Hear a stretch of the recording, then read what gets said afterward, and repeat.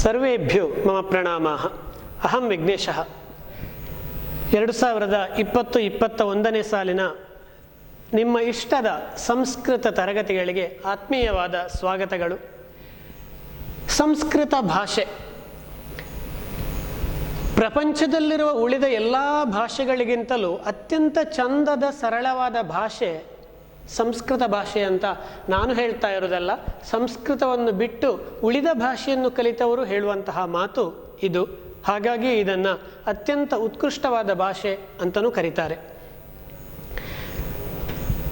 ಸಂಸ್ಕೃತ ಭಾಷೆಯನ್ನು ಯಾಕೆ ಕಲಿಬೇಕು ಅಂತ ಒಂದು ಮೂಲಭೂತವಾದ ಪ್ರಶ್ನೆಯನ್ನು ಅರ್ಥ ಮಾಡಿಕೊಂಡು ನಾವು ಮುಂದೆ ಪಾಠಕ್ಕೆ ಅಣಿಯಾಗೋಣ.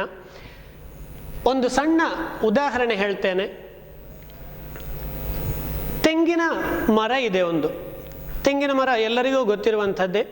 ತೆಂಗಿನ ಮರದಲ್ಲಿ ಯಾವುದು ಪ್ರಧಾನ ಅನ್ನುವ ವಿಚಾರವನ್ನು ನೋಡಿದಾಗ ತೆಂಗಿನ ಮರದಲ್ಲಿ ತೆಂಗಿನಕಾಯಿ ಸಿಗ್ತದೆ. ಅದರಲ್ಲೇ ತೆಂಗಿನ ಸಿಪ್ಪೆ ಅಂತ ಹೇಳ್ತೇವೆ, ಹೊರಗಡೆ ಇರುವಂಥದ್ದು. ಅದರ ಒಳಗಿರೋ ತೆಂಗಿನ ಚಿಪ್ಪು ಅಂತ ಹೇಳ್ತೇವೆ. ಎಲ್ಲದರಲ್ಲೂ ಒಂದು ತೆಂಗು ಅನ್ನೋದು ಬರ್ತಾ ಇದೆ, ಗಮನಿಸಿ. ಇನ್ನು ತೆಂಗಿನ ಗರಿಯನ್ನು ತೆಗೆದುಕೊಂಡರೆ ಮಡಲು ಅಂತ ಏನು ಹೇಳ್ತೀರಿ, ತೆಂಗಿನ ಮಡಲು, ತೆಂಗಿನ ಗರಿ ಅಂತ ಹೇಳ್ತೇವೆ. ಇನ್ನು ತೆಂಗಿನ ಮರ ಅಂತ ಹೇಳ್ತೇವೆ, ತೆಂಗಿನ ಬೇರು ಅಂತ ಹೇಳ್ತೇವೆ. ಹೀಗೆ ಎಲ್ಲದರಲ್ಲೂ ಒಂದು ತೆಂಗು ಅನ್ನೋದು ಬರ್ತಾ ಇದೆ.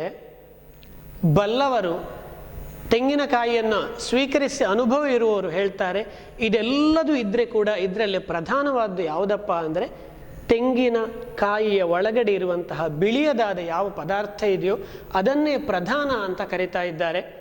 ಅದರ ಒಳಗಡೆ ಇನ್ನೂ ತೆಂಗಿನ ನೀರು ಇರ್ಬೋದು, ಆದರೆ ಪ್ರಧಾನವಾದ್ದು ಯಾವುದು, ಬಿಳಿಯದಾದ ಪದಾರ್ಥ ಯಾವುದಿದೆಯೋ ಅದಷ್ಟು ಬೃಹತ್ತಾಗಿರುವ ವೃಕ್ಷದಲ್ಲಿ ಪ್ರಧಾನವಾದ್ದು ಇದು ಅಂತ ಒಂದು ತೆಂಗಿನಕಾಯಿ ತಿರುಳು ಏನಿದೆ ಅದನ್ನು ಹೇಳ್ತಾರೆ.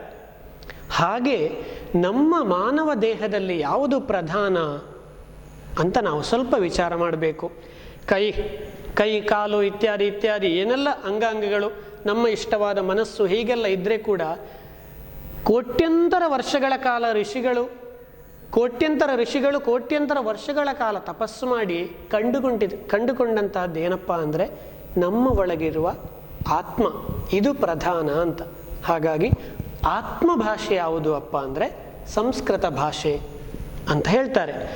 ಸಂಸ್ಕೃತ ಅನ್ನೋದು ಪ್ರಾಚೀನ ಭಾಷೆ, ದೇವಭಾಷೆ, ಎಲ್ಲ ಭಾಷೆಗಳಿಗೂ ಮೂಲ ಭಾಷೆ. ನಮ್ಮ ಭಾರತೀಯ ಇತಿಹಾಸಗಳು, ಗ್ರಂಥಗಳು, ಪುರಾಣಗಳು ಇತ್ಯಾದಿಗಳು ಎಲ್ಲದರದ್ದು ಮೂಲ ಪುಸ್ತಕ ಇರುವಂಥದ್ದು ಸಂಸ್ಕೃತ ಭಾಷೆಯಲ್ಲಿ ಅನ್ನೋದು ಎಲ್ಲ ಕಡೆ ನಾವು ಕೇಳ್ತೇವೆ. ಆದರೆ ಆತ್ಮ ಭಾಷೆ ಅದು ಸಂಸ್ಕೃತ ಭಾಷೆ. ಅವನಿಗೆ ಹತ್ತಿರವಾದ ಭಾಷೆ ಸಂಸ್ಕೃತ ಭಾಷೆ. ಹಾಗಾಗಿ ಅವನನ್ನು ನಾವು ಅರ್ಥ ಮಾಡಿಕೊಳ್ಳುವುದೇ ನಮ್ಮ ಜೀವನದ ಗುರಿಯಾದ್ರಿಂದ, ಯಾರನ್ನ, ಆತ್ಮನನ್ನು. ಅದನ್ನೇ ಋಷಿಮಹರ್ಷಿಗಳು ಇನ್ನೊಂದು ಭಾಷೆಯಲ್ಲಿ ಬೆಳಕನ್ನು ಕಾಣುವುದೇ ನಮ್ಮ ಜೀವನದ ಗುರಿ ಅಂತ ಹೇಳಿದ್ದಾರೆ. ಆ ಬೆಳಕನ್ನೇ ಆತ್ಮನೇ ಬೆಳಕು, ಎಲ್ಲದೂ ಒಂದೇ.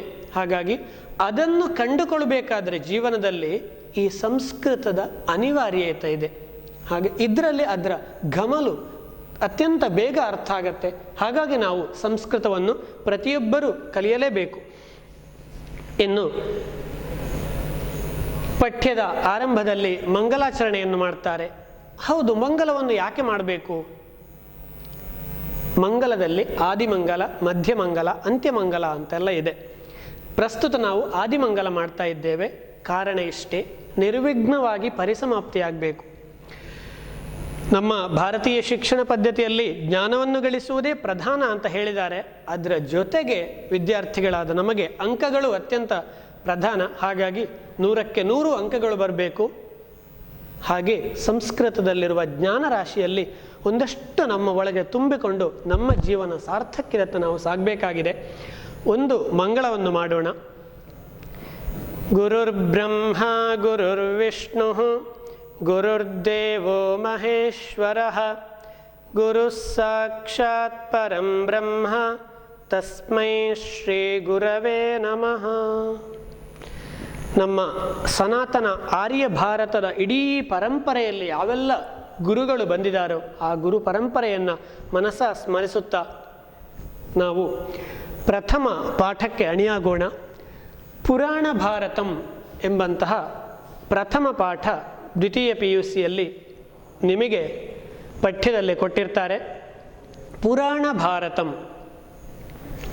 ಪುರಾಣೇಶು ವರ್ಣಿತಂ ಭಾರತಂ ಪುರಾಣ ಭಾರತಂ ಅಂತ ಪದದ ಅರ್ಥ. ಪುರಾಣಗಳಲ್ಲಿ ನಮ್ಮ ಸಮಗ್ರ ಆರ್ಯ ಭಾರತವನ್ನು ಯಾವ ತರಹ ವರ್ಣನೆ ಮಾಡಿದ್ದಾರೆ ಅದರಲ್ಲಿ ಒಂದಷ್ಟು 16 ಶ್ಲೋಕಗಳನ್ನು ಸಂಗ್ರಹ ಮಾಡಿ ಪ್ರಥಮ ಪಾಠವಾಗಿ ನೀಡಿದ್ದಾರೆ. ಪುರಾಣಗಳಲ್ಲಿ ವರ್ಣಿತವಾದಂತಹ ಭಾರತ. ಹಾಗಾಗಿ ನಾವು ಕಂಡಿರುವ ಭಾರತನೇ ಇಲ್ಲಿ ಇದೆ ಅಂತ ಹೇಳ್ತಾ ಇಲ್ಲ. ಪುರಾಣಗಳಲ್ಲಿ ನಮ್ಮ ಭಾರತ ಯಾವ ತರಹ ಇತ್ತು ಅದನ್ನು ಇಲ್ಲಿ ವರ್ಣನೆ ಮಾಡಲಿಕ್ಕೆ ಹೊರಟಿದ್ದಾರೆ. ವಿದ್ಯಾರ್ಥಿಗಳೇ, ಪುರಾಣ ಅಂದ ತಕ್ಷಣ ನಮಗೆ ಅದ್ಯಾವುದೋ ಒಂದು ಹಳತ್ತು ಪ್ರಾಚೀನವಾದ್ದು ಅಂತ ಅನ್ನಿಸಿಬಿಡ್ಬೋದು. ಒಂಥರ ಔಟ್ಡೇಟೆಡ್ ಪುರಾಣ ಅಂತೆಲ್ಲ ಆಡು ಮಾತಿನಲ್ಲಿ ನಾವು ಕೇಳ್ತೇವೆ. ಪುರಾಣ ಅನ್ನೋದಕ್ಕೆ ಪ್ರಾಚೀನವಾದ್ದು ಅಂತ ಅರ್ಥ ಇರೋದು ಸಹಜ, ಸತ್ಯವೇ. ಆದರೆ ಇನ್ನೊಂದು ವಿಶೇಷವಾದ ಅರ್ಥ ಇದೆ. ಪುರಾಪಿ ನವಂಚ ಪುರಾಣಂ. ಅದೆಷ್ಟೇ ಹಳೆಯದಾದರೂ ಮತ್ತೆ ಮತ್ತೆ ಹೊಸತಾಗುವಂತಹ ತಾಕತ್ತಿರುವುದು ಪುರಾಣಕ್ಕೆ. ಹೇಗೆ? ಸಣ್ಣ ಉದಾಹರಣೆ. ಸತ್ಯ ಹೇಳಬೇಕು, ಪ್ರಾಮಾಣಿಕವಾಗಿರಬೇಕು ಅಂತ ನಾವೆಲ್ಲ ಹೇಳ್ತೇವೆ, ಕೇಳಿದ್ದೇವೆ, ಅನುಸರಿಸ್ತೇವೆ ಕೂಡ ಕೆಲವರು. ಇದು ಯಾವತ್ತಿಗೆ ಹಳೆಯದಾಗತ್ತೆ ಹೇಳಿ? ಸಾಧ್ಯನೇ ಇಲ್ಲ. ಇದು ಔಟ್ಡೇಟೆಡ್ ಆಗಲಿಕ್ಕೆ ಸಾಧ್ಯನೇ ಇಲ್ಲ. ಯಾವತ್ತಿಗೂ ನಿತ್ಯ ಸತ್ಯವಾಗಿರುವಂತಹ ವಿಷಯ. ಹಾಗಾಗಿ ಶಾಸ್ತ್ರದಲ್ಲಿ ಹೇಳ್ತಾರೆ, ಇತಿಹಾಸ ಪುರಾಣಾಭ್ಯಾಂ ವೇದಂ ಸಮುಪಬ್ರಹ್ಮಯೇತ್. ನಾವು ಅರ್ಥ ಮಾಡ್ಕೊಳ್ಬೇಕು ಅಂತ. ಯಾಕೆ ಈ ಇತಿಹಾಸಗಳು ಪುರಾಣಗಳು ಬಂತು ಅಂತ ಅಂದರೆ, ವೇದದ ಅರ್ಥವನ್ನು ನಾವು ತಿಳ್ಕೊಳ್ಳಿಕ್ಕಾಗಿ ಇತಿಹಾಸ ಪುರಾಣಗಳು ಬಂತು. ಗಮನಿಸಿ, ಇತಿಹಾಸ ಪುರಾಣ ಅಂತ ಮತ್ತೆ 2 ಶಬ್ದಗಳು ಬಂತು. ಇತಿಹಾಸ ಅಂದರೆ ಇಷ್ಟೇ, ನಡೆದಿರುವುದನ್ನು ಆಸ್ ಇಟ್ ಈಸ್ ಬರೆದಿಟ್ಟಿರುವಂಥ ಒಂದು ಪುಸ್ತಕ ಇತಿಹಾಸ. ಇತಿಹಾಸ ಅಂತೆಲ್ಲ ವ್ಯುತ್ಪತ್ತಿ ಇದೆ. ಹಾಗಾದರೆ ಪುರಾಣ ನಡೆದಿರೋದಲ್ವೇ? 100% 100% ನಡೆದಿರಬೇಕು ಅಂತ ಏನೂ ಇಲ್ಲ. ಪುರಾಣದಲ್ಲಿ ಮೌಲ್ಯವನ್ನು ತಿಳಿಸ್ಲಿಕ್ಕಾಗಿ ಒಂದಷ್ಟು ಕಥೆಗಳನ್ನು ಹೆಣೆದಿರಬಹುದು ಅಥವಾ ಕೆಲವು ನಡೆದಿರಲೂಬಹುದು. ಹಾಗಾಗಿ ಪುರಾಪಿ ನವಂಚ ಪುರಾಣಂ ಹೇಳಿದ್ನಲ್ಲ, ಆ ಮೌಲ್ಯಗಳನ್ನು ಪ್ರತಿಪಾದನೆ ಮಾಡಲಿಕ್ಕಾಗಿ ಅತ್ಯಂತ ಸರಳವಾದ ಭಾಷೆಯಲ್ಲಿ, ವೇದದಲ್ಲಿ ಏನು ಹೇಳಿದ್ದಾರೆ ಅದರನ್ನೇ ಸರಳವಾದ ಭಾಷೆಯಲ್ಲಿ ಜನಸಾಮಾನ್ಯರಿಗೆ ಅರ್ಥ ಮಾಡಲಿಕ್ಕಾಗಿ ಬಂದಿರುವಂತಹ ಗ್ರಂಥ ರಾಶಿಗಳೇ ಪುರಾಣಗಳು ನಮ್ಮದು. ಹಾಗಾಗಿ ಇತಿಹಾಸವೂ ಬೇಕು, ಪುರಾಣವೂ ಬೇಕು. ಇತಿಹಾಸ ಯಾಕೆ ಬೇಕು? ಮಾಡಿರುವ ತಪ್ಪನ್ನು ಮತ್ತೆ ಮಾಡಬಾರ್ದು ವಿದ್ಯಾರ್ಥಿಗಳೇ. ಹೊಸ ತಪ್ಪನ್ನು ಬೇಕಾದರೆ ನೀವು ಮಾಡಿ, ಅದರಿಂದ ಕಲ್ತುಕೊಳ್ಳಿ. ಆದರೆ ಇತಿಹಾಸದ ಹೊಸ ತಪ್ಪು ಅಂತ ಮಾಡಲಿಕ್ಕೆ ಸಾಧ್ಯ ಇಲ್ಲ. ಯಾಕಂದರೆ ನಮ್ಮ ಇತಿಹಾಸ ಅಷ್ಟು ನಮಗೆ ಪಾಠ ಮಾಡ್ತಾ ಇದೆ.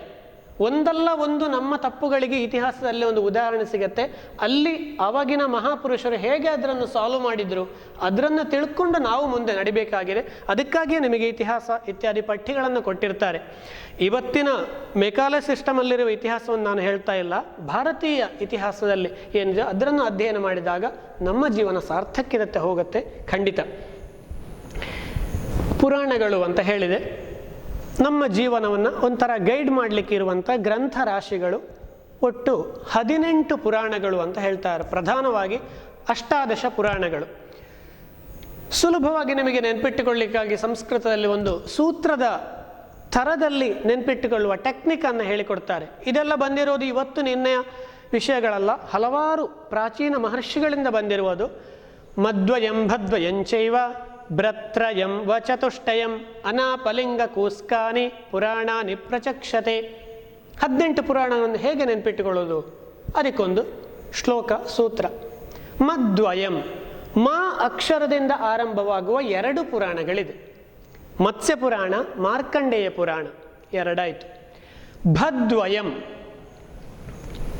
ನೋಡುವ. ಮಧ್ವಯಂ, ಮಾ ಅಕ್ಷರದಿಂದ ಆರಂಭವಾಗುವಂಥ 2 ಪುರಾಣಗಳು. ಮಧ್ವಯಂ ಮತ್ಸ್ಯ ಪುರಾಣ ಮತ್ತು ಮಾರ್ಕಂಡೇಯ ಪುರಾಣ. ಭದ್ವಯಂ, ಭಾದಿಂದ ಭಕಾರದಿಂದ ಆರಂಭವಾಗುವ 2 ಪುರಾಣಗಳು. ಭಾಗವತ ಪುರಾಣ ಮತ್ತು ಭವಿಷ್ಯ ಪುರಾಣ ಅಂತ 2 ಪುರಾಣಗಳು, ಭಾಗವತ ಮತ್ತು ಭವಿಷ್ಯ. ಭ್ರತ್ರಯಂ 3 ಪುರಾಣಗಳು. ಬ್ರಹ್ಮಾಂಡ ಪುರಾಣ, ಬ್ರಹ್ಮಪುರಾಣ, ಬ್ರಹ್ಮವೈವರ್ತ ಪುರಾಣ ಅಂತ ಬ್ರದಿಂದ ಆರಂಭವಾಗುವಂತಹ 3 ಪುರಾಣಗಳು. ವ ಚತುಷ್ಟಯಂ, ವ ಅಕ್ಷರದಿಂದ ಆರಂಭವಾಗುವುದು 4 ಪುರಾಣಗಳು. ಯಾವುದೆಲ್ಲ? ವಾಮನ ಪುರಾಣ, ವಾಯುಪುರಾಣ, ವಿಷ್ಣು ಪುರಾಣ, ಇನ್ನೊಂದು ವರಾಹ ಪುರಾಣ ಎಂಬುದಾಗಿ ವರಾಹ, ವಾಯು, ವಿಷ್ಣು ಮತ್ತು ವಾಮನ, ಹೀಗೆ 4 ಪುರಾಣಗಳು ವ ಅಕ್ಷರದಿಂದ ಪ್ರಾರಂಭವಾಗುತ್ತೆ. ಮದ್ವಯಂ ಬದ್ವಯಂಚೈವ ಭ್ರತ್ರಯಂ ವ ಚತುಷ್ಟಯಂ. ಇನ್ನು ಆ, ನ, ಪ, ಲಿ, ಗ, ಕು, ಸ್ಕ, ಅನಾಪಲಿಂಗ ಕೂಸ್ಕಾನಿ. ನೋಡಿ, ಒಂದು ಶ್ಲೋಕದ ಮೂಲಕ ಹೇಳಿದಾಗ ಅದೆಷ್ಟು ಸುಲಭದಲ್ಲಿ ನೆನ್ಪಿಟ್ಟುಕೊಳ್ಳಿಕ್ಕಾಗತ್ತೆ. ಆ ಅಗ್ನಿ ಪುರಾಣ, ನ ನಾರದ ಪುರಾಣ, ಪ ಪದ್ಮ ಪುರಾಣ, ಲಿ ಲಿಂಗ ಪುರಾಣ, ಗ ಗರುಡ ಪುರಾಣ, ಕು ಕೂರ್ಮ ಪುರಾಣ, ಸ್ಕ ಸ್ಕಂದ ಪುರಾಣ.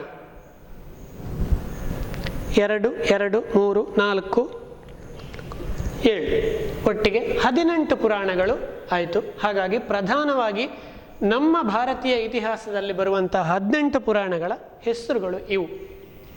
ಇವಿಷ್ಟನ್ನು ಯಾಕೆ ಹೇಳಿದಪ್ಪ ಅಂದರೆ ನಮ್ಮ ಪ್ರಥಮ ಪಾಠ ಇರೋದೇ ಪುರಾಣ ಭಾರತ ಎಂಬುದಾಗಿ. ಭಾರತೀಯ ಸಾಹಿತ್ಯೆ 18 ಪುರಾಣಾನಿ ಪ್ರಸಿದ್ಧಾನಿ. ಒಂದು ನಿಮಿಷ, ಪೀಠಿಕೆ ಅಂತ ಒಂದು ಪಾಠಕ್ಕೆ ಕೊಡ್ತಾ ಇದ್ದಾರೆ. ಇಷ್ಟೆಲ್ಲ ಪುರಾಣಗಳ ಕಥೆ ಆಯಿತು, ಡೈರೆಕ್ಟಾಗಿ ಪಾಠನೆ ಮಾಡ್ಬೋದಿತ್ತಲ್ಲ, ಇದೆಲ್ಲ ಯಾಕೆ ಹೇಳ್ತಾ ಇದ್ದಾರೆ ಅಂದರೆ ಅದಕ್ಕೊಂದು ಮತ್ತೆ ಉದಾಹರಣೆ. ನಮ್ಮ ಭಾರತೀಯ ಶಿಕ್ಷಣ ಪದ್ಧತಿಯೇ ನಿಂತಿರೋದು ಉದಾಹರಣೆಯ ಮೇಲೆ. ಉದಾಹರಣೆ ಯಾಕೆ? ನಿಮಗೆ ಯಾವುದೋ ಒಂದು ಸಣ್ಣ ವಿಷಯಗಳು ಅರ್ಥ ಆಗ್ತಿರತ್ತೆ, ಅದರಂತೆ ಇನ್ನೊಂದು ಅಂದಾಗ ತುಂಬ ಬೇಗ ನಮ್ಮ ಮನಸ್ಸು ಅದನ್ನು ಹಿಡ್ಕೊಂಡ್ಬಿಡತ್ತೆ. ಹಾಗಾಗಿ ಈಗ ಪೀಠಿಕೆ ಯಾಕೆ ಬೇಕು ಪಾಠಕ್ಕೆ? ತುಂಬ ಸರಳ. ನಿಮಗೆ ಕೂತ್ಕೊಳ್ಳಿಕ್ಕೆ ಬೆಂಚಿ ಯಾಕೆ ಬೇಕು? ಅದು ನಮಗೆ ಪೀಠ. ಅದು ನೋಡಿ, ಕೂತ್ಕೊಳ್ಳಿಕ್ಕೆ ಒಂದು ಪೀಠ ಬೇಕು. ನಾವು ಮುಂದೆ ಈಗ ಹೋಗ್ತಾ ಇರೋದು ಇಲ್ಲಿ ಏನೋ ಒಂದನ್ನು ಕೂತ್ಕೊಳ್ಳಿಸ್ತಾ ಇದ್ದೇವೆ, ನಿಮ್ಮ ಮನಸ್ಸಿನಲ್ಲಿ ಏನೋ ಒಂದನ್ನು ಕೂತ್ಕೊಳ್ಳಿಸ್ತಾ ಇದ್ದೇವೆ, ಹೊಸ ವಿಷಯವನ್ನು. ಅದಕ್ಕೊಂದು ಪ್ಲ್ಯಾಟ್ಫಾರ್ಮ್ ಬೇಕು, ಪೀಠ ಬೇಕು. ಅದಕ್ಕಾಗಿ ಇಂಟ್ರೊಡಕ್ಷನ್ ಕೊಡ್ತಾ ಇರೋದು, ಪೀಠಿಕೆ ಮಾಡ್ತಾ ಇರೋದು.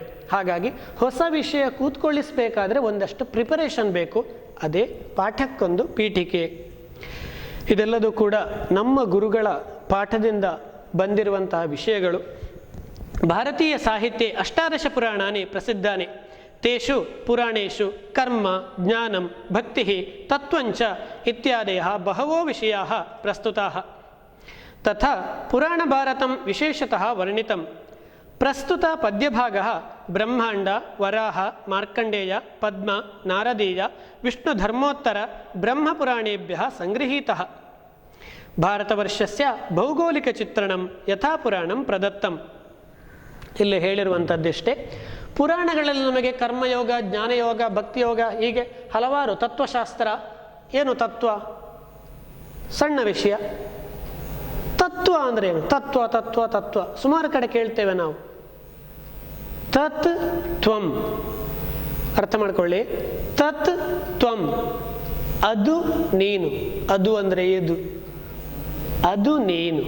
ಅದು ಅಂದರೆ ಇನ್ಯಾವುದು ಅಲ್ಲ, ಇಲ್ಲಿರುವುದನ್ನೇ ಅದು. ಅದು ಅರ್ಥ ಮಾಡ್ಕೊಳ್ಳಿ. ಅಲ್ಲಿ ಏನಿದಾನೋ ಭಗವಂತ, ಅದು ನೀನು. ಇದನ್ನು ಅರ್ಥ ಮಾಡಿಸುವ ಒಂದು ಶಾಸ್ತ್ರ ಇದ್ದರೆ ಅದರನ್ನು ತತ್ವಶಾಸ್ತ್ರ ಅಂತ ಹೇಳೋದು. ಅದೇ ನಮ್ಮ ಜೀವನದ ಗುರಿ. ಅಲ್ಲಿರೋದರ ಒಂದು ಸಣ್ಣ ಕಿಡಿ ಇಲ್ಲಿದೆ ಅಷ್ಟೇ. ಹಾಗಾಗಿ ಇಲ್ಲಿ ಒಳಗಡೆ ಇರೋದು ನೋಡ್ಲಿಕ್ಕೆ ಆಗ್ತಾ ಇಲ್ಲ. ಅದಕ್ಕಾಗಿ ಅದು ಅದು ಅದು ಅಲ್ಲಲ್ಲಲ್ಲ ದೇವಸ್ಥಾನಗಳನ್ನ ಕಟ್ಟಿಸಿದ್ರೆ ಯಾಕೆ? ಬೀದಿಗೊಂದು ದೇವಸ್ಥಾನದ ಹಾಗೆ ಇದೆ ಯಾಕೆ? ಮನೆಯಲ್ಲೊಂದು ದೇವರ ಮನೆ ಅಂತ ಬೇಕಂತೆ ಯಾಕೆ? ಇದ್ರ ಒಳಗಡೆ ಇದ್ದನ್ನು ನೋಡ್ಲಿಕ್ಕೆ ಆಗ್ತಾ ಇಲ್ಲ, ನಮಗೆ ಕಾಣ್ತಾ ಇಲ್ಲಲ್ಲ. ಹಾಗಾಗಿ ಅಲ್ಲಲ್ಲಿ ಕಂಡಾಗ ನಮಗೆ ಅದು ನಮ್ಮ ಒಳಗಡೆ ಇದೆ ನೆನಪು ಆಗಬೇಕಂತೆ. ಹಾಗಾಗಿ ಇಂಥ ಎಲ್ಲ ಮಹೋನ್ನತ ಆದರ್ಶಗಳನ್ನು ಇಟ್ಟುಕೊಂಡಿರುವಂತಹದ್ದು ದೇವಾಲಯದ ವಿಷಯಗಳು ಇರಲಿ. ಕರ್ಮ, ಜ್ಞಾನ, ಭಕ್ತಿ, ತತ್ವ ಮೊದಲಾದ ವಿಷಯಗಳನ್ನು ತುಂಬ ವಿವರವಾಗಿ ಪುರಾಣದಲ್ಲಿ ಹೇಳಿಬಿಟ್ಟಿದ್ದಾರೆ. ಪ್ರಸ್ತುತ ಇಲ್ಲಿ ನಮಗಿರುವಂಥ ಈ 16 ಶ್ಲೋಕಗಳು ಬ್ರಹ್ಮಾಂಡ, ವರಾಹ, ಮಾರ್ಕಂಡೇಯ, ಪದ್ಮಪುರಾಣ, ನಾರದೀಯ ಪುರಾಣ, ವಿಷ್ಣು ಧರ್ಮೋತ್ತರ ಪುರಾಣ ಮತ್ತು ಬ್ರಹ್ಮ ಪುರಾಣದಿಂದ ಆಯ್ದ ಕೆಲವು ಶ್ಲೋಕಗಳನ್ನು ನಮಗೆ ಪಾಠವಾಗಿ ಕೊಟ್ಟಿದ್ದಾರೆ. ಮತ್ತೊಂದು ಬಾರಿ ಪುರಾಣ ಭಾರತಂ ಪುರಾಣೇಶು ವರ್ಣಿತಂ ಭಾರತಂ, ಪುರಾಣಗಳಲ್ಲಿ ವರ್ಣಿಸಲ್ಪಟ್ಟ ಭಾರತ. ಮೊದಲ ಶ್ಲೋಕ ನಾನು ಹೇಳ್ಕೊಡ್ತೇನೆ, ಒಂದು ಸಲ ನೀವು ರಿಪೀಟ್ ಮಾಡಿ ಮನೆಯಲ್ಲೇ ಕೂತ್ಕೊಂಡು. ಯಾವುದೇ ಮುಚ್ಚುಮರೆ ನಾಚಿಕೆ ಇಲ್ಲದೆ ಸ್ಪಷ್ಟವಾಗಿ ಸಂಸ್ಕೃತವನ್ನು ಉಚ್ಚಾರ ಮಾಡಿದರೆ ಅದೇ ನಮಗೊಂದು ಪುಣ್ಯ ಅಂತೆ. ಹಾಗಾಗಿ ಅರ್ಥ ಆಗದೇ ಇದ್ದರೂ ಸಂಸ್ಕೃತವನ್ನು ಸ್ಮರಣೆ ಮಾಡ್ತಾ ಇದ್ದರೆ, ಈಗ ವೇದ ಮಂತ್ರಗಳು ಎಷ್ಟೋ ಜನ ಪುರೋಹಿತರು ಹೇಳ್ತಾರೆ, ಅದರಿಂದಲೂ ಪುಣ್ಯ ಇದೆ. ಅರ್ಥ ಆಗದಿದ್ದರೂ ಅರ್ಥ ಮಾಡಿಕೊಂಡ್ರೆ ದೊಡ್ಡ ಲಾಭ ಇದೆ. ಹಾಗಾಗಿ ಸ್ಪಷ್ಟವಾಗಿ ಹೇಳಿ. ಉತ್ತರಂ ಯತ್ ಸಮುದ್ರಸ್ಯ ಹಿಮವದ್ದಕ್ಷಿಣಂಚ ಯತ್ ವರ್ಷಂ ತದ್ಭಾರತಂ ನಾಮ ಯತ್ರೇಯಂ ಭಾರತೀ ಪ್ರಜಾ. ಮೊದಲ ಶ್ಲೋಕ. ಉತ್ತರಂ ಯತ್ ಸಮುದ್ರಸ್ಯ ಹಿಮವದ್ ದಕ್ಷಿಣಂಚ ಯತ್ ವರ್ಷಂ ತದ್ಭಾರತಂ ನಾಮ ಯತ್ರೇಯಂ ಭಾರತೀ ಪ್ರಜಾ. ಅರ್ಥ ಮಾಡ್ಕೊಳ್ಬೇಕಾದ್ರೆ ಒಂದು ಸಲ ನೀವು ಶ್ಲೋಕವನ್ನು ಓದ್ತಾ ಇರಿ.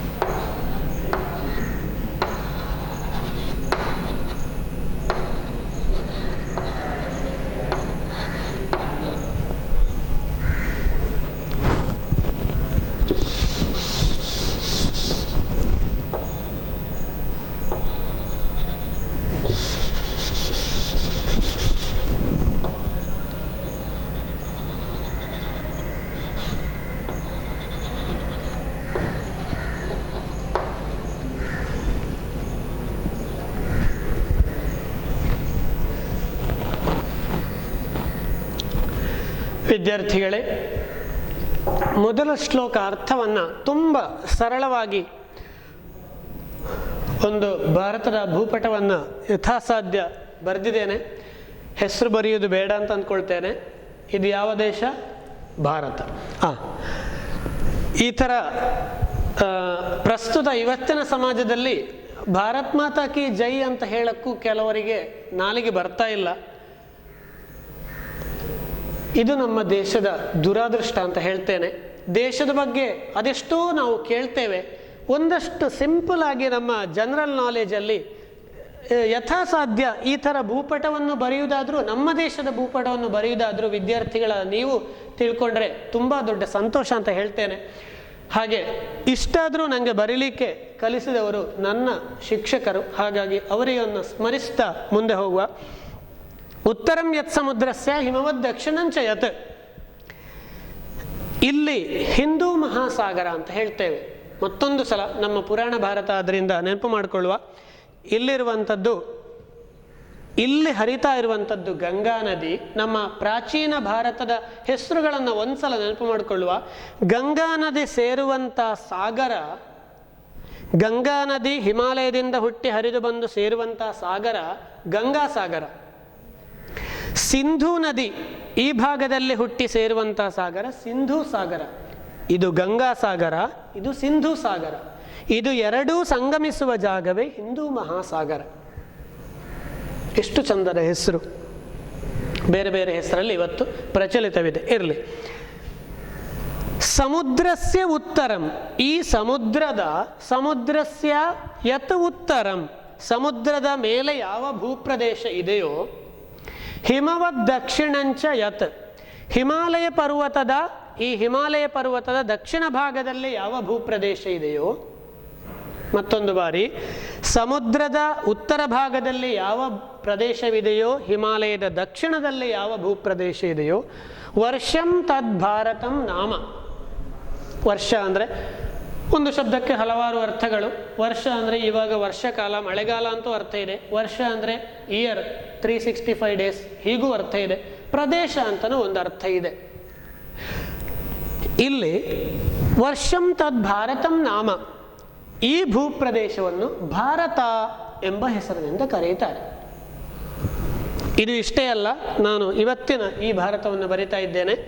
ಇನ್ನೂ ಒಂದಷ್ಟು ದಿನಗಳು ಕಳೆದರೆ ನಮ್ಮ ಸನಾತನಾರಿಯ ಭಾರತ ಬರುವ ಎಲ್ಲ ಲಕ್ಷಣಗಳು ಗೋಚರಿಸ್ತಾ ಇದೆ. ಆ ಶುಭ ದಿನ ಆದಷ್ಟು ಬೇಗ ಬರಲಿ ಅಂತ ನಾವು ಕೂಡ ಹಾರೈಸ್ತಾ ಈ ಭೂಪ್ರದೇಶವನ್ನು ಭಾರತ ಅಂತ ಕರಿತೇವೆ. ಇನ್ನು ಒಂದು ಭಾಗ, 4ನೆಯ ಪಾದ, ಯತ್ರೇಯಂ ಭಾರತೀ ಪ್ರಜಾ, ಯತ್ರ ಇಯಂ ಪ್ರಜಾ ಭಾರತಿ. ಇಲ್ಲಿ ವಾಸ ಮಾಡುವ ಯಾವ ಪ್ರಜೆಗಳಿದಾರೋ ಅವರನ್ನು ಭಾರತೀಯ ಪ್ರಜೆಗಳು ಅಂತ ಕರಿತೇವೆ, ಅಂದರೆ ಭಾರತೀಯರು. ಹಾಗಾಗಿ ಭಾರತೀಯರು ಅಂದರೆ ಯಾರು?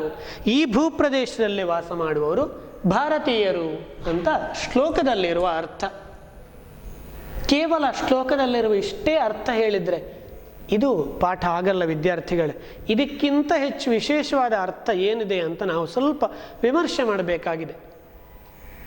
ಭಾರತ ಅಥವಾ ಭಾರತೀಯರು ಅನ್ನುವ ಶಬ್ದಕ್ಕೆ ಇದು ಒಂದೇ ಅರ್ಥ ಇರುವಂಥದ್ದಲ್ಲ. ಏನು ಹಾಗಾದರೆ? ಸ್ವಲ್ಪ ನಾವು ಅದನ್ನು ಒಡಿಬೇಕು. ಒಡೆಯುವುದಂದರೆ ಆ ಪದಗಳನ್ನು, ಅದರ ವ್ಯುತ್ಪತ್ತಿಯನ್ನು, ಅದರಲ್ಲಿರುವ ಶಬ್ದಗಳನ್ನು ಸ್ವಲ್ಪ ಒಡೆದು ನಾವು ಅರ್ಥವನ್ನು ನೋಡಿದಾಗ ನಮಗೆ ಅರ್ಥ ಸಿಗತ್ತೆ. ಭಾ ಅನ್ನೋದಕ್ಕೆ ಸಂಸ್ಕೃತದಲ್ಲಿ ಬೆಳಕು ಅಂತ ಅರ್ಥ. ಭಾ ಅಂದರೆ ಭಾ ಅನ್ನೋದಕ್ಕೆ ಬೆಳಕು ಅಂತ ಅರ್ಥ ಇದೆ. ರತಃ ಅಂದರೆ ನಿರತಃ, ತಲ್ಲೀನನಾದವನು. ಬೆಳಕಿನಲ್ಲಿ ಯಾರು ನಿರತರಾಗಿರ್ತಾರೋ ಅವರು ಎಲ್ಲರೂ ಭಾರತೀಯರು ಮಕ್ಕಳೇ. ಹಾಗಾಗಿ ಇದು ಇಷ್ಟು ಬಾರ್ಡ್ರಲ್ಲಿರುವವರು ಮಾತ್ರ ಭಾರತೀಯರು ಅಂತ ಯಾವತ್ತೂ ಅಂದ್ಕೊಳ್ಳೋದು ಬೇಡ. ಅದು ಪ್ರಪಂಚದ ಬ್ರಹ್ಮಾಂಡದ ಎಲ್ಲಿ ಬೇಕಾದರೂ ಮನುಷ್ಯರಿರಲಿ, ಬೆಳಕಿನಲ್ಲಿ ಯಾರು ನಿರತನಾಗಿರ್ತಾನೋ ಅವರೆಲ್ಲರೂ ಭಾರತೀಯರೇ. ಏನು ಬೆಳಕು ಅಂದರೆ ಇನ್ನೇನೂ ಅಲ್ಲ, ಸಾಕ್ಷಾತ್ ಭಗವಂತನನ್ನು ನಾವು ಬೆಳಕು ಅಂತ ಕರೆದಿದ್ದೇವೆ.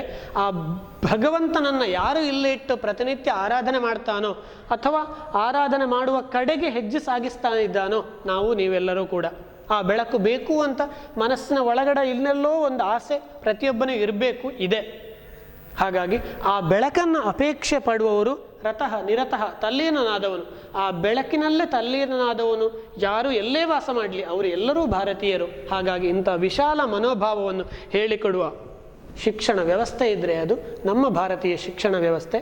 ಅದನ್ನೇ ಬೇರೆ ಬೇರೆ ವಸುಧೈವ ಕುಟುಂಬಕಂ, ಎಲ್ಲದೂ ನಮ್ಮ ಕುಟುಂಬವೇ, ಹೀಗೆಲ್ಲ ಸಮರ್ಥನೆ ವಾಕ್ಯಗಳು ಎಷ್ಟೊಂದಷ್ಟಿವೆ. ಹಾಗಾಗಿ ಉತ್ತರಂ ಯತ್ ಸಮುದ್ರಸ್ಯ ಹಿಮವದ್ದಕ್ಷಿಣಂಚ ಯತ್ ವರ್ಷಂ ತದ್ಭಾರತಂ ನಾಮ ಯತ್ರೇಯಂ ಭಾರತೀ ಪ್ರಜಾ. ಇನ್ನು ಪರೀಕ್ಷಾ ದೃಷ್ಟಿಯಿಂದ ಒಂದೆರಡು ವಿಚಾರ ಹೇಳುವುದಾದರೆ, ಮೊಟ್ಟ ಮೊದಲು ನಿಮಗೆ ಶ್ಲೋಕ ಓದಲಿಕ್ಕೆ ಬರಬೇಕು. ಕಂಠಪಾಠ ಬೈಹಾರ್ಟ್ ಮಾಡಿದರೆ ಮತ್ತೂ ಒಳ್ಳೆಯದು. ಇನ್ನೊಂದು ತಾತ್ಪರ್ಯ ಬರಬೇಕು. ನಮ್ಮ ಜ್ಞಾನದ ಜೊತೆಗೆ ಅಂಕಗಳನ್ನು ನಾವು ಪರಿಗಣಿಸಬೇಕು. ಇದರ ತಾತ್ಪರ್ಯ ಹೇಗೆ? 3 ಮಾರ್ಕಿನ ಪ್ರಶ್ನೆ.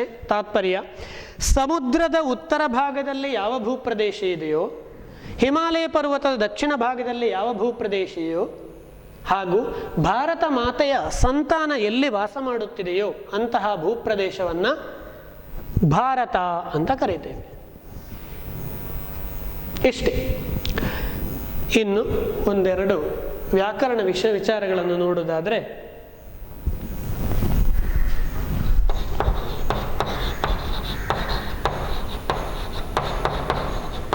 ಹಿಮವದ್ದಕ್ಷಿಣಂ ಅಂತ ಒಂದು ಶಬ್ದ ಇದೆ. ಹಿಮವದ್ದಕ್ಷಿಣಂ ಸಮಾಸಗಳು ಅಂತ ನೀವು ಕೇಳಿರ್ಬೋದು. ಪದದ ಅರ್ಥವನ್ನು ಸ್ವಲ್ಪ ವಿವರಿಸಿ ಹೇಳುವಂಥದ್ದಕ್ಕೆ ವಿಗ್ರಹ ವಾಕ್ಯ ಅಂತ ಹೇಳ್ತೇವೆ. ಸ್ವಲ್ಪ ಕಮ್ಮಿ ಮಾಡಿ, ಶಬ್ದಗಳನ್ನು ಕಮ್ಮಿ ಮಾಡೋದು, ಅರ್ಥವನ್ನಲ್ಲ, ಅದಕ್ಕೆ ಸಮಾಸ ಅಂತ ಹೇಳ್ತೇವೆ. ಹಿಮವದ್ದಕ್ಷಿಣಂ ಏನು ಇದರ ಅರ್ಥ?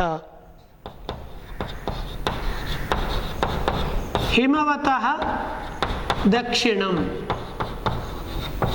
ಹಿಮವತಃ ದಕ್ಷಿಣಂ, ಹಿಮವದ್ದಕ್ಷಿಣಂ ಅಂತ ಷಷ್ಠೀ ತತ್ಪುರುಷ ಸಮಾಸ ಆಗತ್ತೆ.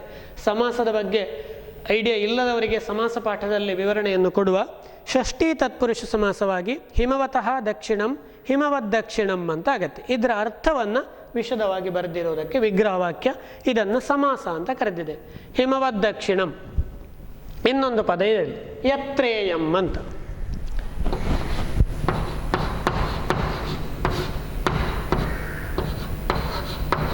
ಯತ್ರ ಪ್ಲಸ್ ಇಯಂ ಯತ್ರೇಯಂ, ಇದು ಒಂದು ಸಂಧಿ. ಯತ್ರ ಪ್ಲಸ್ ಇಯಂ ಯತ್ರೇಯಂ. ತುಂಬ ಸರಳವಾಗಿ ಹೇಳುವುದಾದರೆ ಇಲ್ಲಿ ಅಕಾರ ಇದೆ, ಇಲ್ಲಿ ಇಕಾರ ಇದೆ. ಪೂರ್ವ ಪದದ ಕೊನೆಯಲ್ಲಿ ಅಕಾರ, ಉತ್ತರ ಪದದ ಆದಿಯಲ್ಲಿ ಇಕಾರ. ಅಕಾರಕ್ಕೆ ಇಕಾರ ಪರವಾದಾಗ ಏಕಾರವಾಗತ್ತೆ ಅಂತ. ಇಲ್ಲಿ ಆ, ಇಲ್ಲಿ ಈ, ಇದಕ್ಕೆ ಇದು ಪರವಾದಾಗ ಏಕಾರವಾಗತ್ತೆ. ಈ ಥರ ಬರೋದಕ್ಕೆ ಗುಣಸಂಧಿ ಅಂತ ಕರಿತೇವೆ. ಅಕಾರಕ್ಕೆ ಇಕಾರ ಪರವಾದಾಗ ಏಕಾರ. ಯತ್ರ ಪ್ಲಸ್ ಇಯಂ ಯತ್ರೇಯಂ ಗುಣಸಂಧಿ. ಇನ್ನೂ ಹಲವಾರು ವಿಚಾರಗಳಿದೆ. ಈ ಸಂಧಿ ಸಮಾಸಗಳು ಒಂದು ಚೂರು ಈ ಕಡೆ ಬರುವ, ಇದೆಲ್ಲ ಯಾಕೆ ಬೇಕು ಅಂತ ಒಂದು ಮೂಲಭೂತ ಪ್ರಶ್ನೆಗಳಿದೆ. ಈ ಸಂಸ್ಕೃತದ ಚಿಕ್ಕಂದಿನಲ್ಲಿ ಅಧ್ಯಯನ ಮಾಡಿದವರಿಗೆ ಈ ಸಮಸ್ಯೆ ಇಲ್ಲ. ಸಂಧಿ ಸಮಾಸಗಳೆಲ್ಲ ಯಾಕೆ ಅಂತ ಒಂದು ಪ್ರಶ್ನೆ ಬಂದವರಿಗೆ ಇಲ್ಲೇ ಉತ್ತರ ಕೊಟ್ಟು ಮುಂದೆ ಹೋಗುವ. ಈ ಗ್ರಾಮರ್ ಪಾರ್ಟ್ಗಳು ಇವುಗಳೆಲ್ಲದು ನಮ್ಮ ಭಾಷೆಯ ಸೌಂದರ್ಯವನ್ನು ಜಾಸ್ತಿ ಮಾಡಲಿಕ್ಕಿರುವಂತಹ ಒಂದೊಂದು ತುಣುಕುಗಳು. ಇದೆಲ್ಲದೂ ಕೂಡಿಯೇ ಭಾಷೆ ಅಂತ ಆಗೋದು.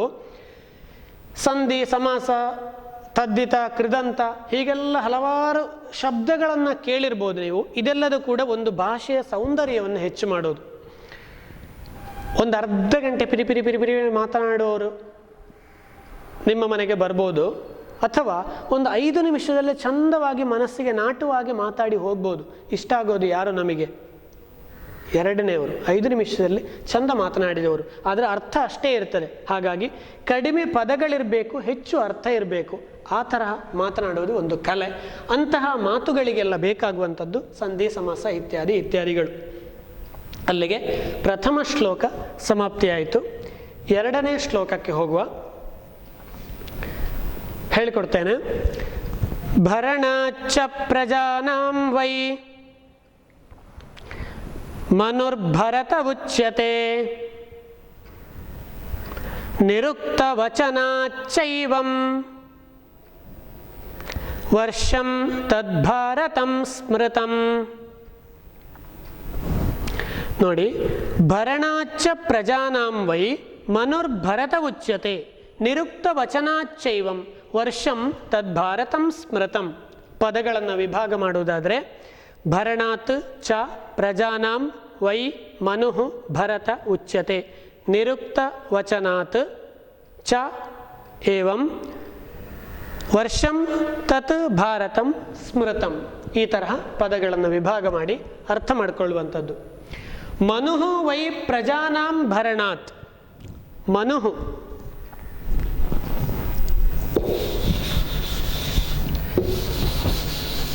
ನಮ್ಮ ಈ ಸಮಗ್ರ ಭಾರತ ದೇಶ ಏನು, ಇಲ್ಲಿ ಪಾಕಿಸ್ತಾನ, ಬಾಂಗ್ಲಾ ಇತ್ಯಾದಿ ಇತ್ಯಾದಿ ಎಲ್ಲರೂ ಸೇರಿ ಏನು ಸನಾತನ ಆರ್ಯ ಭಾರತ ಅಂತ ಇದೆಯೋ, ಇದಿಷ್ಟು ಭರತಖಂಡವನ್ನು ಆಳಿದ ವ್ಯಕ್ತಿ ಮನು ಅಂತೆ.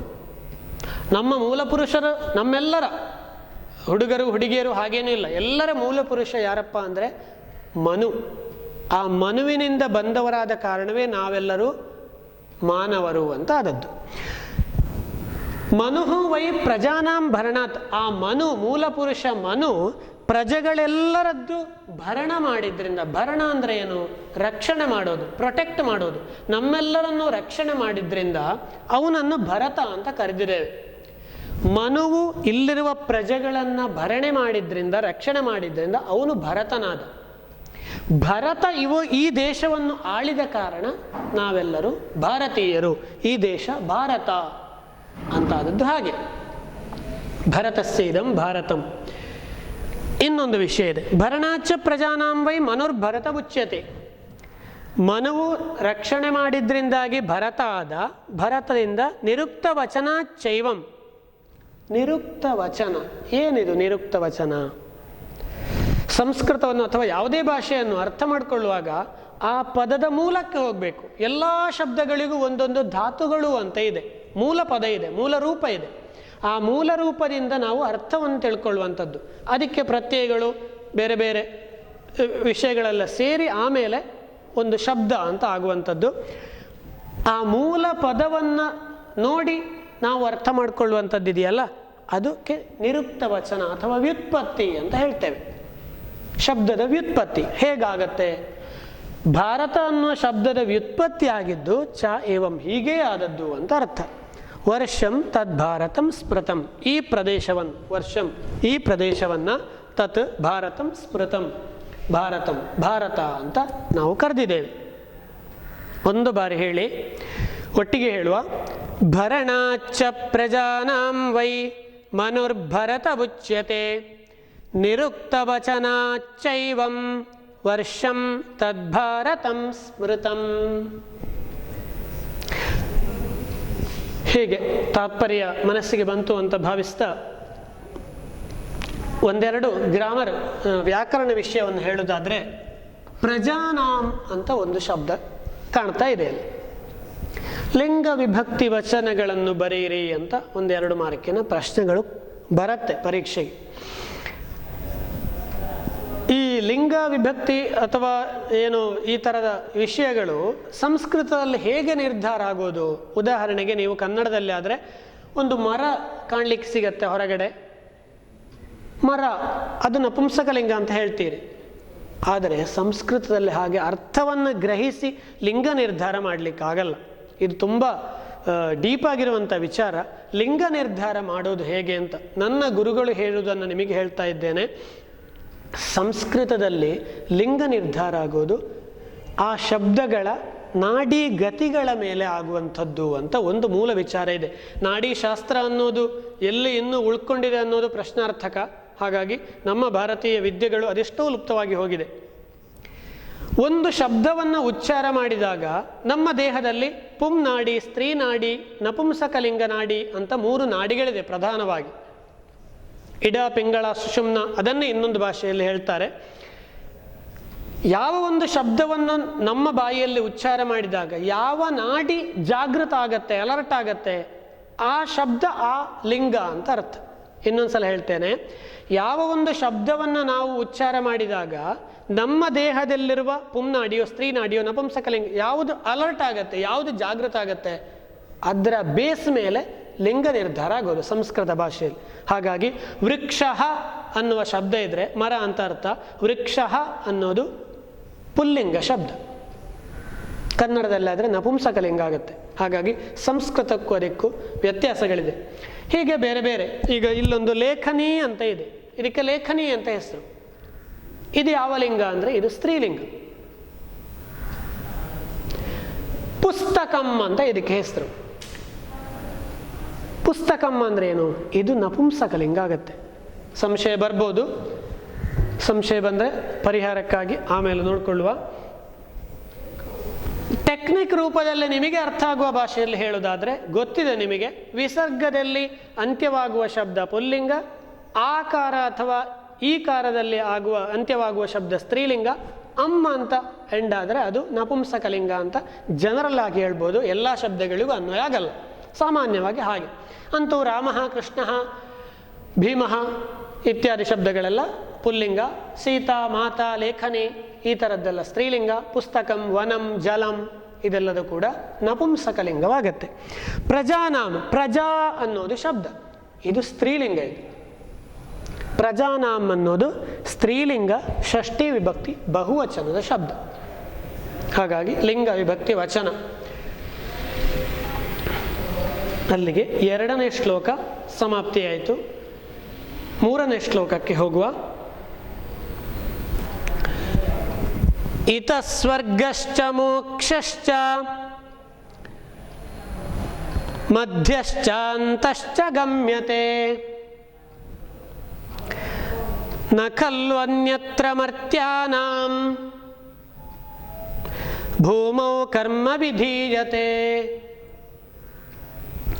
ಇತ ಸ್ವರ್ಗಶ್ಚ ಮೋಕ್ಷಶ್ಚ ಮಧ್ಯಶ್ಚಾಂತಶ್ಚ ಗಮ್ಯತೆ ನ ಖಲ್ವನ್ಯತ್ರ ಮರ್ತ್ಯಾನಾಂ ಭೂಮೌ ಕರ್ಮ ವಿಧೀಯತೆ.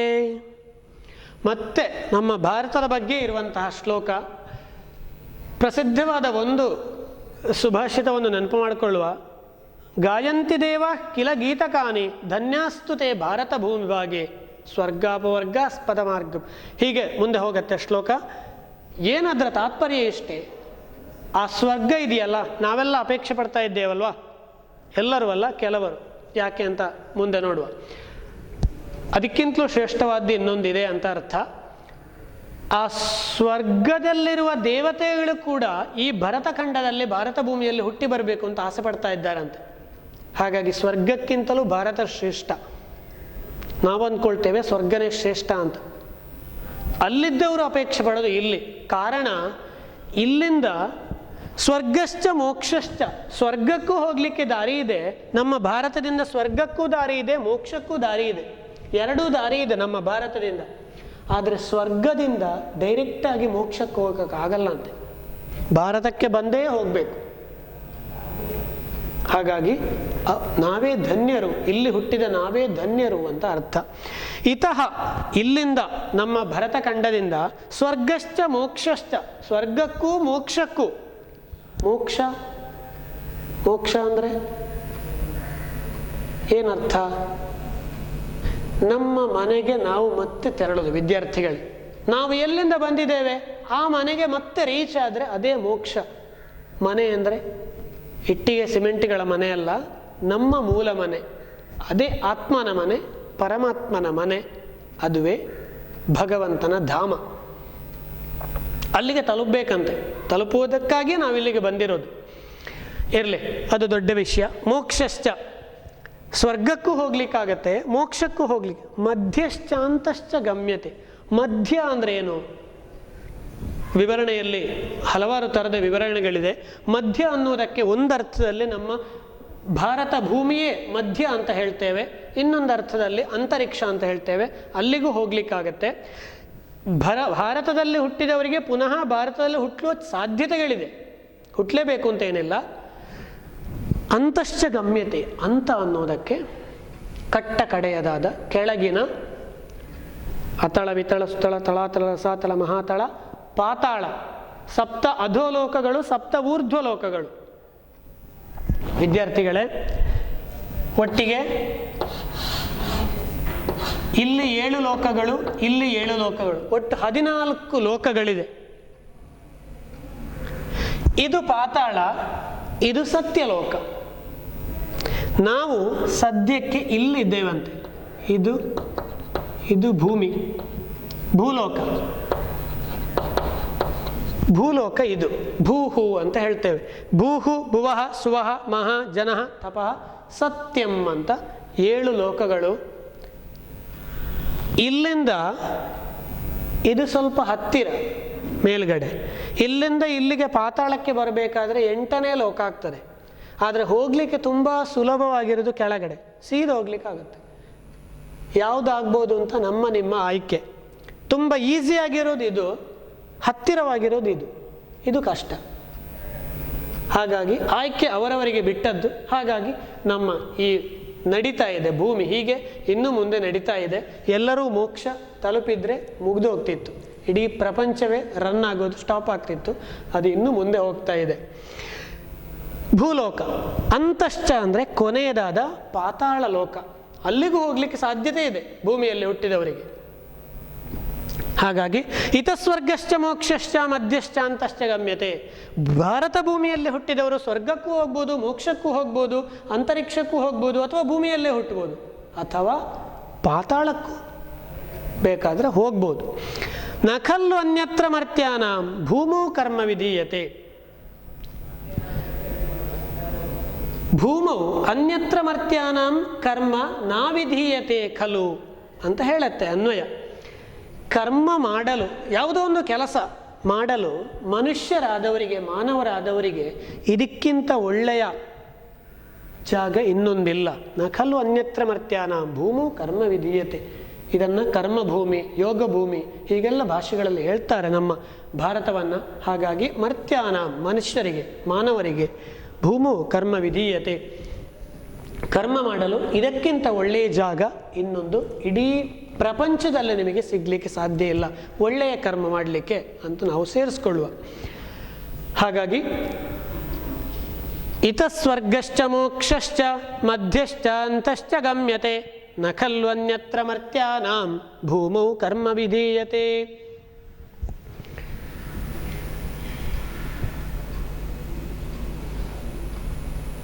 ಇಲ್ಲಿಗೆ 3ನೇ ಶ್ಲೋಕ ಮುಗಿಯಿತು. ಇದರಲ್ಲಿ ಹೇಳಿದ ವಿಶೇಷ ವಿಚಾರವನ್ನು ಮತ್ತೊಂದು ಸಲ ನೆನಪು ಮಾಡೋದಾದರೆ, ನಮ್ಮ ಭಾರತವನ್ನು ಯೋಗ ಭೂಮಿ ಅಥವಾ ಕರ್ಮಭೂಮಿ ಅಂತ ಕರೆದಿದ್ದಾರೆ. ನಾವು ಭಾರತದಲ್ಲಿ ಹುಟ್ಟಿದ್ದೇವೆ ಅನ್ನುವ ಕಾರಣಕ್ಕಾಗಿ ಖಂಡಿತ ನಾವು ಹೊಗಳ್ತಾ ಇರೋದಲ್ಲ ವಿದ್ಯಾರ್ಥಿಗಳೇ ಭಾರತವನ್ನು. ಯಾವ ದೇಶದಲ್ಲಿ ಹುಟ್ಟಿನವನಾದರೂ ಭಾರತವನ್ನು ಹೊಗಳಬೇಕು. ಕಾರಣ ಈ ಮಣ್ಣಿನ ಗುಣವೇ ಹೀಗೆ, ಈ ಮಣ್ಣಿನ ಗುಣವೇ ಹೀಗೆ. ಹೇಗೆ ಇದೆಲ್ಲದನ್ನು ಕೂಡ ನಾವು ಹೇಳಿದ್ನಲ್ಲ ಆವಾಗ ಹೇಳಿದಾಗೆ ಅರ್ಥ ಮಾಡ್ಕೊಳ್ಬೇಕಾದ್ರೆ ನಮ್ಮ ಭಾರತೀಯವಾದ ಕೆಲವು ವಿದ್ಯೆಗಳನ್ನು ಕಲಿಬೇಕಾಗ್ತದೆ. ಪ್ರಧಾನವಾಗಿ ನಾಡಿಶಾಸ್ತ್ರ, ಜ್ಯೋತಿಷ, ಆಯುರ್ವೇದ ಇಂತಹ ಶಾಸ್ತ್ರಗಳನ್ನು ಸ್ವಲ್ಪ ಆದರೂ ಅಧ್ಯಯನ ಮಾಡಿದರೆ ಏನು ಇದೆಲ್ಲ ಮೂಢನಂಬಿಕೆ ಅಲ್ಲ ಅನ್ನೋದಾದರೂ ಅರ್ಥ ಆಗತ್ತೆ. ಇದು ಉಳಿದಿದ್ದೆಲ್ಲ ಭೋಗಭೂಮಿ, ಇದನ್ನು ಯೋಗಭೂಮಿ ಅಂತ ಹೇಳಿದೆ ಆವಾಗ. ಹೇಗೆ ಸಾಧ್ಯ? ಈ ಮಣ್ಣಿನಲ್ಲಿ ಹುಟ್ಟಿದ ಮಾನವ ದೇಹದ ಗುಣ ಯಾವುದಕ್ಕೆ ಸಪೋರ್ಟಿವ್ ಅಂದರೆ ನಮ್ಮ ಒಳಗಿನ ದೇವರನ್ನು ಕಂಡುಕೊಳ್ಳಿಕ್ಕೆ ಸಪೋರ್ಟಿವ್ ಆಗಿದೆ. ಇದು ಇಷ್ಟು ಬಿಟ್ಟು ಉಳಿದ ಭೂಮಿಗಳನ್ನು ಭೋಗಭೂಮಿ ಅಂತ ಕರೆದಿದ್ದೇವೆ. ಅದು ಕೂಡ ಆಗತ್ತೆ. ಯಾವುದಕ್ಕೆ? ಹೊರಗಡೆ ಕಾಣುವ 5 ಇಂದ್ರಿಯಗಳಿಂದ ಈ ದೇಹದಿಂದ ಏನೆಲ್ಲ ಸಂತೋಷಗಳನ್ನು ಗಳಿಸ್ಬೋದು ಅದು ಎಲ್ಲದಕ್ಕೂ 100% ಸೂಟ್ ಆಗತ್ತೆ. ಆದರೆ ಒಳಪ್ರಪಂಚಕ್ಕೆ ತೆರಿಬೇಕಾ? ಈ ಭೂಮಿ ಅಲ್ಲಿದ್ದವರಿಗೆ ಅಸಾಧ್ಯ ಅಂತ ಹೇಳ್ತಾ ಇಲ್ಲ, ಇದು ತುಂಬ ಸುಲಭ. ನಮಗೆ ಈ ಸುಲಭದ ಜಾಗದಲ್ಲ ನಾವು ನಿಂತ್ಕೊಂಡಿದ್ದೇವೆ, ಹುಟ್ಟಿದ್ದೇವೆ. ಹಾಗಾಗಿ ಅದಕ್ಕಾಗಿ ನಮ್ಮ ಪ್ರಯತ್ನ ಬೇಕು. ಯೋಗಭೂಮಿ, ಕರ್ಮಭೂಮಿ. ಆ ಕರ್ಮದಿಂದಲೇ ನಾವು ನಮ್ಮ ಜೀವನವನ್ನು, ಕರ್ಮ ಅಂದರೆ ಕೆಲಸ ಅಂತ ಅಷ್ಟೇ ಅರ್ಥ, ಬೇರೆ ಯಾವುದೇ ಕರ್ಮಗಳಲ್ಲ. ನಾವು ಮಾಡುವಂತಹ ಕೆಲಸ ಯಾವುದೇ ಕರ್ಮ ಇರ್ಬೋದು, ಯಾವುದೇ ಕೆಲಸ ಇರ್ಬೋದು, ಅದು ಟೀಚಿಂಗ್ ಇರ್ಬೋದು, ಬ್ಯಾಂಕ್ ಇರ್ಬೋದು, ಅಥವಾ ಯಾವುದೋ ಒಂದು ಕೂಲಿ ಕೆಲಸ ಇರ್ಬೋದು. ಯಾವ ಕೆಲಸ ಬೇಕಾದರೂ ಮಾಡಿ ಆ ಕೆಲಸದಿಂದಲೇ ನಮ್ಮ ಒಳಗಿರುವ ದೇವರನ್ನು ಕಾಣಲಿಕ್ಕಾಗತ್ತೆ ಅಂತ ಕಲಿಸಿಕೊಟ್ಟದ್ದು ನಮ್ಮ ಪೂರ್ವಜರು, ನಮ್ಮ ಹಿಂದಿನ ಋಷಿ ಮಹರ್ಷಿಗಳು. ಅಂತಹ ಯಾವುದೋ ಒಂದು ಕೆಲಸ ಸಿಕ್ಕಿದ್ರೂ ನಾವು ಅದರಲ್ಲಿ ತೃಪ್ತಿ ಪಟ್ಟುಕೊಂಡು ನಮ್ಮ ಉದರಂಭರಣವನ್ನು ಮಾಡುತ್ತಾ ನಮ್ಮ ಜೀವನವನ್ನು ಸಾರ್ಥಕಗೊಳಿಸಿಕೊಳ್ಳೋಣ ಅಂತ ಹೇಳ್ತಾ ಎಲ್ಲರಿಗೂ ಶುಭವಾಗಲಿ.